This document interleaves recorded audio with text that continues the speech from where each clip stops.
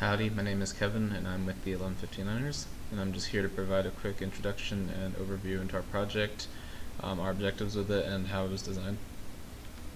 So to start, A&M has a very famous student body. We're known for being pretty outgoing, pretty friendly, stuff like that, and we kind of put that to the test with this project. So our goal was to test the awareness of students of their surroundings and their proactiveness in reaching out or intervening if they see something that might be unusual or might be wrong or deadly.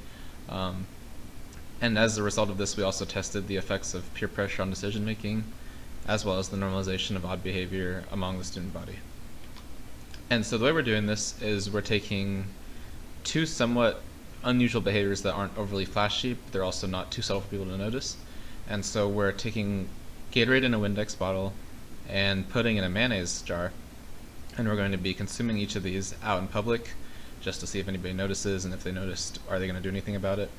And so to help us further distinguish our results, we'll be performing each of these two actions separately, and each action will also have two sections. So we'll have a passive and an active portion. And what that means is for the passive portion, we will be mainly just off to ourselves, consuming either the Windex or the mayonnaise as we just walk around campus, and then seeing if anybody notices and acts out about it.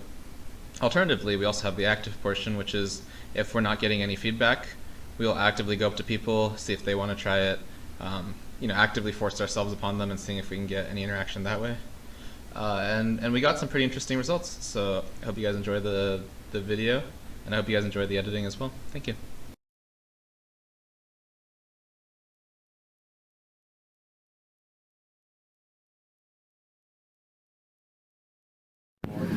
I got a buddy who went through some stuff. It's pretty. What is that? Coronavirus fighting with corona? Oh yeah. Yeah, it's for the throat. You ever tried it? Windex. Yeah. It's glass We cleaner. got here at like 5:15. Is that? It's good for the throat. It's glass cleaner, yeah. If you're sick, For a while, and we were about to like it just clears out the throat. What about the chemicals it go is somewhere having? else or something. Yeah, And I was like, that's the chemicals are what does the cleaning. But is it harmful? We got it. He's like, "Oh, good thing I did that." I've been doing this for a while. Where It is hasn't messed me up yet. Maybe it might be trying to work after some time. You wanna try it? No, man. Yes. One. Non-toxic formula. Are you sure that you can use it for all this? I guess they clean all those stains. Yeah, they clean the windows with it. That's okay. But like if your throat is hurting, it'll clear it up. They don't do that in India? No, we do it for cleaning. But like you don't use it in your mouth? No. Oh, here where you do that. Yeah. You've never seen anybody here do that? No, you're the first one. I thought it is for like coronavirus, something like that. It's spreading, man.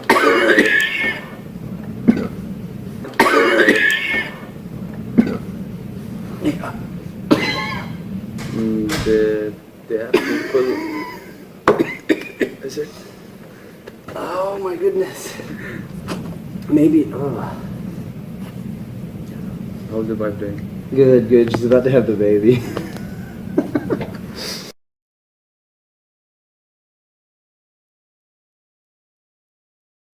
Hey. Nice to meet you.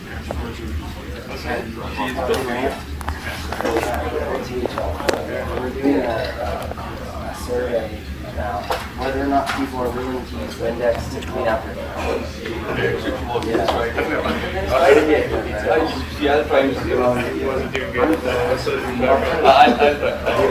It's good for your throat.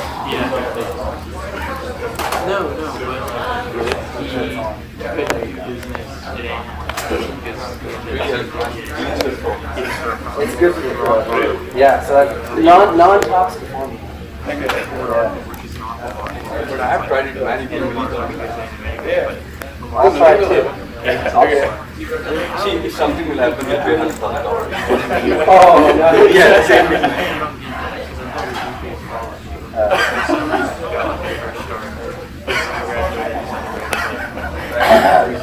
Suck it up.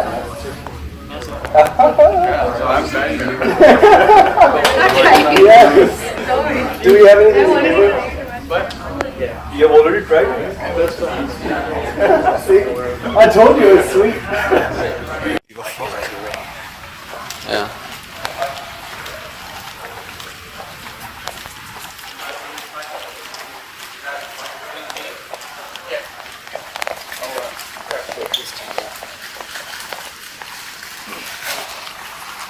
We're walking around seeing the people that do the windex challenge.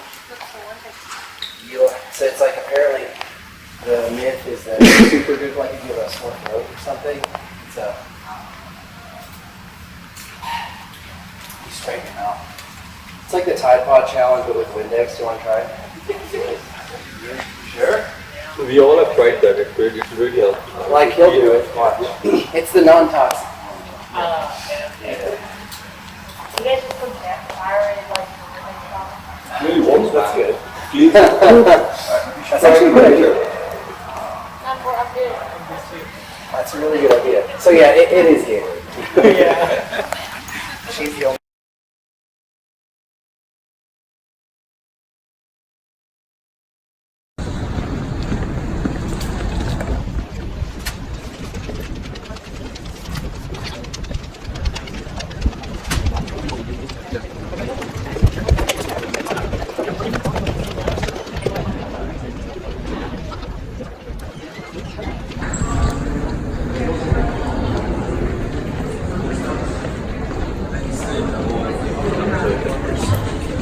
Better, Chris. Can't come up. Can't come up.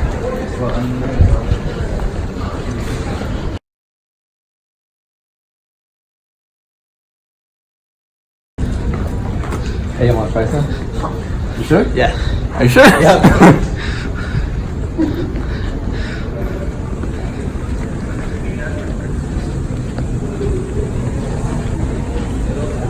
Hey, does anyone want to try some? I'm good. Dude, you sure? Yeah, I'm Is this like an H3 thing? Just try, man. Just love mayonnaise. I'm all good. I promise you, I'm all good. You want some? I'm good. Well. Hey, do any of you guys want to try some? You got spoons. Dude, I'm telling you, it's good. Nah, bro. Yogurt. Can I smell it? That's not mayonnaise. So, you want to try it? I think we got an extra spoon. Heck yeah, I'll try it.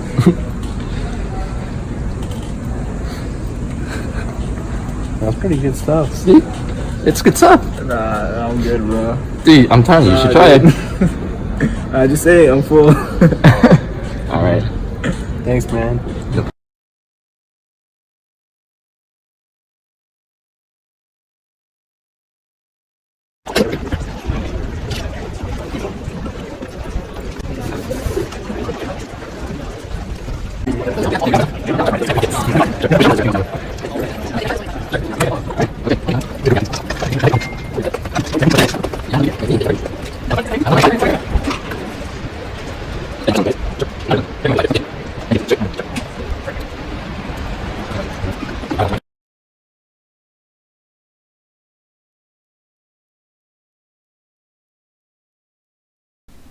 So I hope you guys enjoyed the video. Now that you guys have gotten a chance to watch it, we can move on to the results and observations. And so just as a quick recap, our reasoning / motivation for this project was to observe the awareness of students, their proactiveness, the effects of peer pressure, as well as the normalization of odd behavior. And so from our testing, we got relatively low engagement during the passive portion, which was very disappointing. We very strongly expected more engagement from strangers. On the other hand, the active portion led to very strong reactions, although most of them are negative. And so what we can see here is that students do somewhat lack an awareness of their surroundings, especially since we're eating mayonnaise, we're making it very obvious that we are, yet most people either didn't see it or straight up just didn't register that that was what we were doing. And in addition, the ones who did notice had relatively low proactiveness in that where they just gave it a look and just kept walking. In addition to that, we were able to observe the effects of peer pressure. In the second windex clip, the person that we tested on was willing to drink it despite having no idea that it was actually Gatorade, just because 2 of his friends had been drinking it and they said it was fine. Another thing that we noted was that our student body is very skeptical, in that a lot of people in both cases expected the food or drink to be Gatorade or pudding, which we found very interesting. And it kind of shows the normalization of odd behavior among students, in that they almost went into it expecting it to be a prank, just because we're on a college campus and college kids tend to do silly things like that. But overall, it was a very successful experiment. It was very eye-opening. And as far as implications and future implementations, it kind of shows that student awareness of their surroundings is pretty low. A lot of people have their heads down just looking at their phones. And so that's something we should watch out for. And in addition, the interesting duality of this experiment is that all of the other experiments are focusing on people interacting with something. In our case, we're both interacting with other humans, but we're also the humans that other humans are interacting with, if that makes sense. It's a two-way street. And so what that implies for us is that we're also on the same boat as the people that we just tested, and that this experiment shows that as a student body, we should have a much more concerted effort to be more cognizant of our surroundings and just be more aware of what's going on around us. But yeah, I hope you enjoyed the presentation, and thank you very much.